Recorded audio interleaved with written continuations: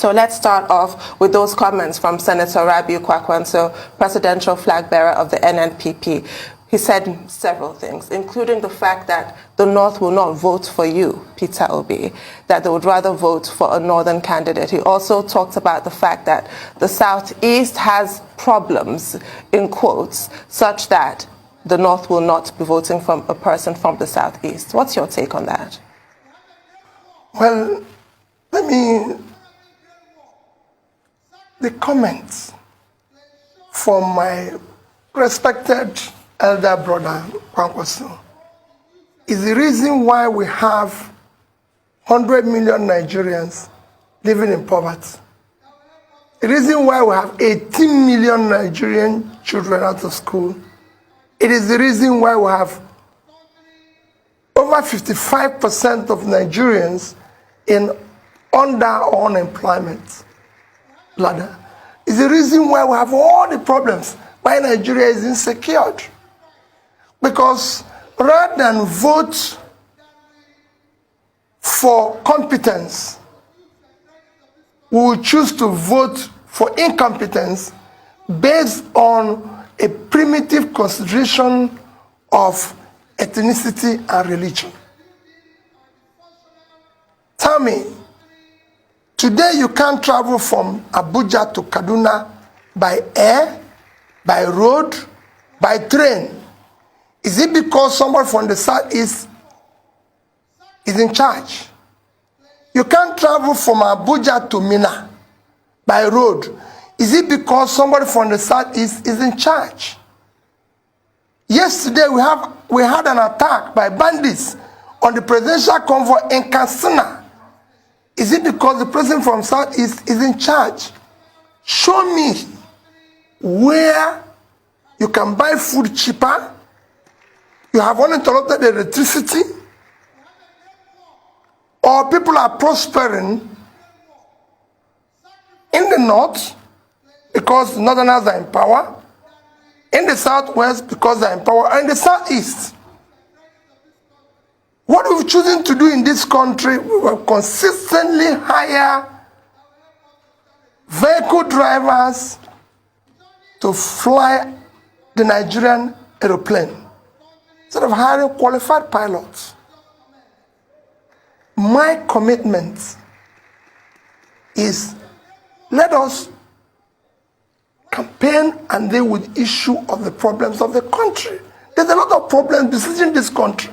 If you don't know today, this country will soon default in their debt service. Now we'll be at a junk status. That's what should be preoccupying us now. So our schools, universities are shut down, and we're talking about who will vote for. Let's deal with the issues. This election will not be based on my turn. It will not be based on ethnicity. It will not be based on religion. It will be based on the Nigerian agenda to save this Nigeria. Nigeria is in coma.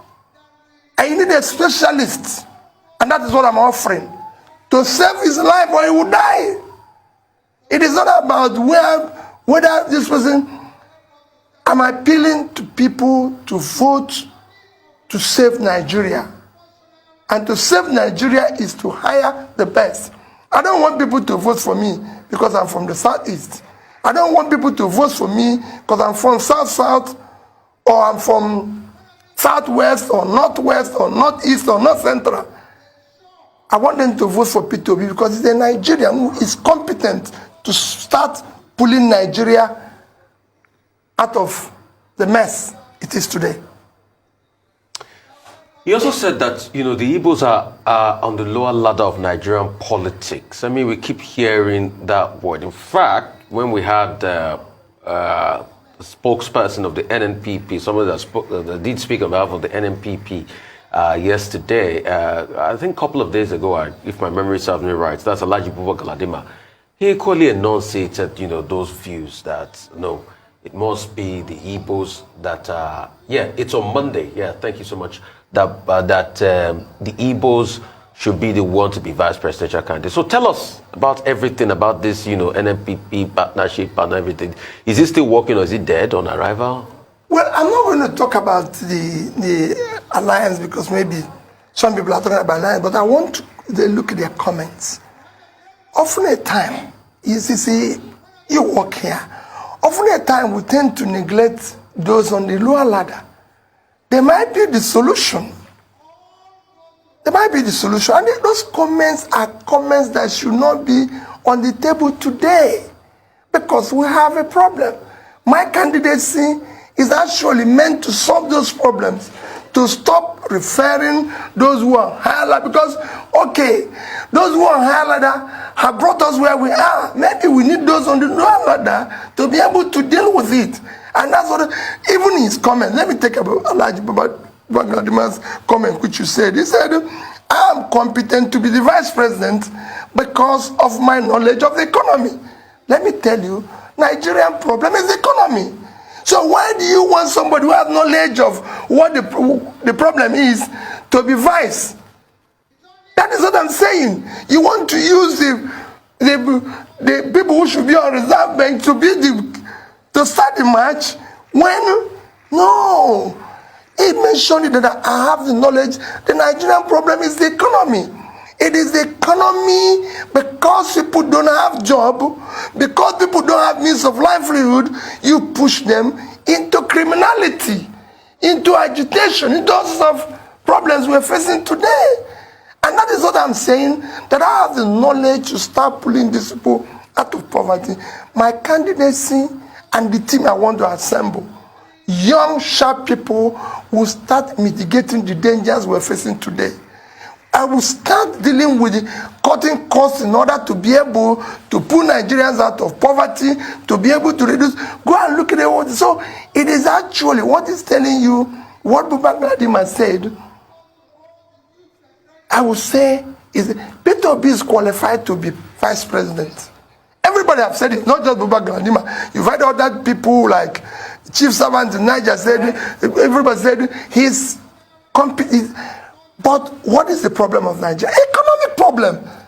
Right, so I know you're raring to get to the issues, but unfortunately identity politics is still an issue in this country. So I do also have to raise comments made by Alhaji Mahdi Shehu, chairman of the Dialogue Group, on another show on the Arise News Network, where he said that during your time as governor of Anambra, you wanted northerners working in Anambra to wear a badge of identification. Frankly, that sounds like something out of Nazi Germany, where Jews had to wear a yellow badge, and that it was only until the intervention of Senator Rabiu Kwakwonso that you then backed down from that idea. He also raised this issue that was trending on social media, an allegation that your son was the person pictured who was dressed in Biafran attire standing on the Nigerian flag. I'd like you to address those two issues.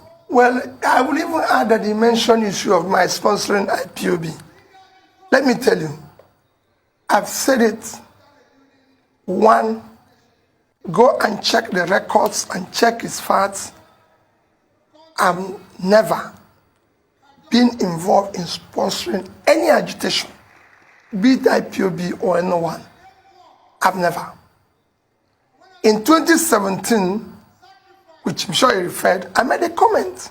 I said, IPOB and all other agitations are as a result of leadership failure over the years that failed to address the critical areas of development. So it was the creation of these things, were a creation of government. And I can say today that if I'm in power, I would deal decisively with all agitations through dialogue and through proper leadership. And when I finish that, if there are remnants of criminality in it, I deal with it decisively. That's what is happening everywhere. I followed issue of agitations globally. I do things with studies, and it can be dealt with. On issue of badge and identification, it's a lie. It never happened. And let me tell you, throughout the time I was governor, Kwakwonso never visited me. I can't remember. In fact, I probably haven't met Kwakwonso until maybe, I don't know, there are people I met maybe after I became governor or known close to him. You know, he's somebody that I see as a senior brother, respect me, but he never visited me as a governor or intervened on anything. And to tell you why is a lie. All the commissioners that sat with me throughout the time I was in office are from the north. I never had the privilege of having any commissioner from southwest, south. They are all from the north. Can show you 6 of them. From John Haruna to Nazawa. Most of them, if I told them I'm from Kanu, my ADC, Mohammed, is from Kanu. So who will I give the order? Will I give them an order to go and deal with their own people? No, every other person calls his brother, his sister, or his mother, listen to be his ADC. My ADC is from Kanu, and we remain close to today. Very, very close. You can go and ask him. I'm not somebody who asks that. On the issue of my son, it is not my son. My son is a professional who is consumed by his... Yeah, let me tell you, I just came back from London. I can't even see my son. He's consumed by her work. He will tell me that, listen, Dad, I like, oh, how are you? How is politics? How is your campaign? I like what you're doing. To me, I can exchange my messages with my son. My son will tell you, listen, Dad, I don't have time for this. I did this and this. I've stayed in a week in New York. I could not see my son because he was busy doing what he's doing. Okay. So he doesn't have time for that. That thing happened in Germany. My son doesn't live in Germany. He lives in the UK. Okay. And he's consumed by his work. Okay. And I want Alhaji, I can tell him, I'll bet any amount for anybody to prove or say that is my son. He's shorter. He's listen, you know, so. Okay.